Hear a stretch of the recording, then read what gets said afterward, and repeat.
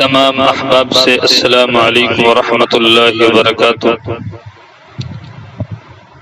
آپ حضرات کی خدمت میں چند باتیں عرض کرنا چاہتا ہوں، وہ یہ ہے کہ نماز عید الفطر سے متعلق اس وقت ملک کے حالات بہت نازک ہیں، اور ہمیں یہ چاہیے کہ آس پاس کے علماء اکرام اور مفتیان اکرام سے رجوع کرنا چاہیے اور ان سے پوچھ کر معلوم کرنا ہے کہ جس طرح مفتیان اکرام نے جمعے سے متعلق ہمیں بتایا ہے، ہم نے اس پہ عمل کیا۔ اب مسئلہ جو ہے اب ہمارے بالکل ان قریب عید الفطر کی نماز کا مسئلہ ہے، اس لیے عید الفطر کی یہ ہے کہ پورے رمضان مبارک کے ہم نے روزے رکھے ہیں اور صدقہ فطر بھی ادا کرنا ہے نماز سے پہلے، اور اس کے بعد جو ہے نماز کا وقت متعین کر کے آپ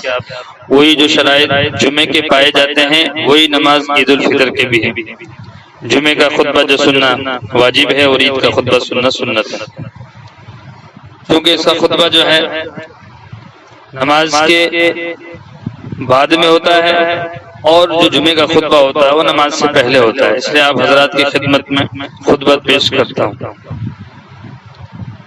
اللہ اکبر لا الہ الا اللہ، اللہ اکبر وللہ الحمد، اللہ اکبر لا الہ الا اللہ، اللہ اکبر وللہ الحمد، اللہ اکبر لا الہ الا اللہ، اللہ اکبر وللہ الحمد، اللہ اکبر لا الہ الا اللہ، اللہ اکبر وللہ الحمد، اللہ اکبر لا الہ الا اللہ، اللہ اکبر وللہ الحمد، اللہ اکبر لا الہ الا اللہ، اللہ اکبر وللہ الحمد، اللہ اکبر لا الہ الا اللہ، اللہ اکبر وللہ الحمد، اللہ اکبر لا الہ الا اللہ، اللہ اکبر وللہ الحمد، اللہ اکبر لا الہ الا اللہ، اللہ اکبر وللہ الحمد۔ نحمده ونستعينه ونستغفره ونعوذ بالله من شرور أنفسنا ومن سيئات أعمالنا، وأشهد أن لا إله إلا الله وحده لا شريك له، وأشهد أن محمدا عبده ورسوله، أما بعد، قال النبي صلى الله عليه وسلم: إن لكل قوم عاد وهذا عيدنا، أعوذ بالله من الشيطان الرجيم، بسم الله الرحمن الرحيم، قل هو الله أحد اللہ الصمد لم یلد ولم یولد ولم یکن له کفوا احد، صدق اللہ العظیم۔ دوسرا خطبہ۔ اللہ اکبر لا الہ الا اللہ، اللہ اکبر وللہ الحمد، اللہ اکبر لا الہ الا اللہ، اللہ اکبر وللہ الحمد، اللہ اکبر لا الہ الا اللہ، اللہ اکبر وللہ الحمد، اللہ اکبر لا الہ الا اللہ، اللہ اکبر وللہ الحمد، اللہ اکبر لا الہ الا اللہ، اللہ اکبر وللہ الحمد، اللہ اکبر لا الہ الا اللہ، اللہ اکبر وللہ الحمد۔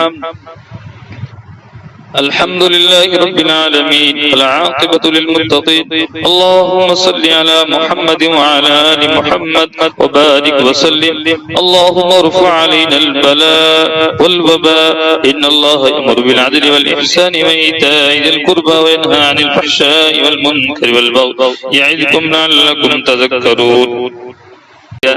پہلے خطبے کے اندر جو ہے 9 تکبیریں پڑھی جائیں گی اور دوسرے خطبے کے اندر جو ہے 7 تکبیریں پڑھی جائیں گی۔ اگر کسی کو یاد نہ ہے، اس لیے اس سے آسان کے لیے بھی یہ خطبہ آپ کے سامنے جو پڑھا گیا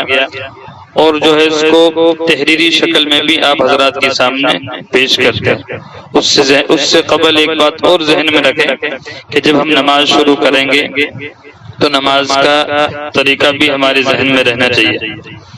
پہلے تکبیر تحریمہ ہاتھ اٹھا کر ہاتھ باندھیں گے، ثنا پڑھیں گے، دوسری تکبیر ہاتھ اٹھا کر چھوڑ دیں گے، تیسری تکبیر ہاتھ اٹھا کر چھوڑ دیں گے، چوتھی تکبیر ہاتھ اٹھا کر باندھ لیں گے، سورہ فاتحہ اور سورت ملا کر رکوع کریں گے۔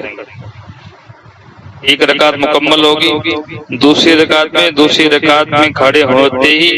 سورہ فاتحہ سورت پڑھ کر 3 زائد تکبیریں کہیں گے۔ پہلی تکبیر ہاتھ اٹھا کر چھوڑ دیں گے، دوسری تکبیر ہاتھ اٹھا کر چھوڑ دیں گے، تیسری تکبیر ہاتھ اٹھا کر چھوڑ دیں گے، چوتھی تکبیر ہاتھ اٹھائے بغیر تکبیر کہتے ہوئے رکوع میں چلے جائیں گے۔ اس لیے آپ حضرات کے سامنے نماز کا طریقہ،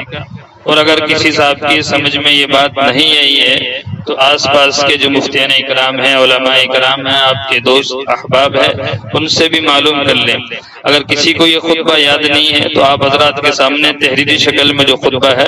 وہ بھی ادا ہو جائے گا، لیکن مسنون یہ ہے اس سے قبل جو ہے آپ کے سامنے اور بھی 2-3 تحریریں پیش کر دیں گے، آپ اس کو پڑھ لیجئے، خوب سمجھ لیجئے،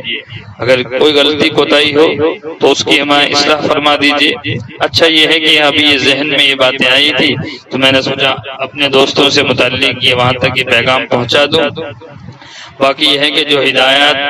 دارالعلوم دیوبند کی طرف سے ہے اور مرکز حکومت کی طرف سے ہے اس پہ عمل کرنا ہے، اور عید بالکل سیدھے سادے جو ہے اس کو بنانا ہے، زیادہ جشن اور خوشی بالکل نہیں بنانی ہے، بالکل جو ہمارے اسلاف، ہمارے اکابر، ہمارے مشفق، ہمارے مربی ہمیں کہتے ہیں،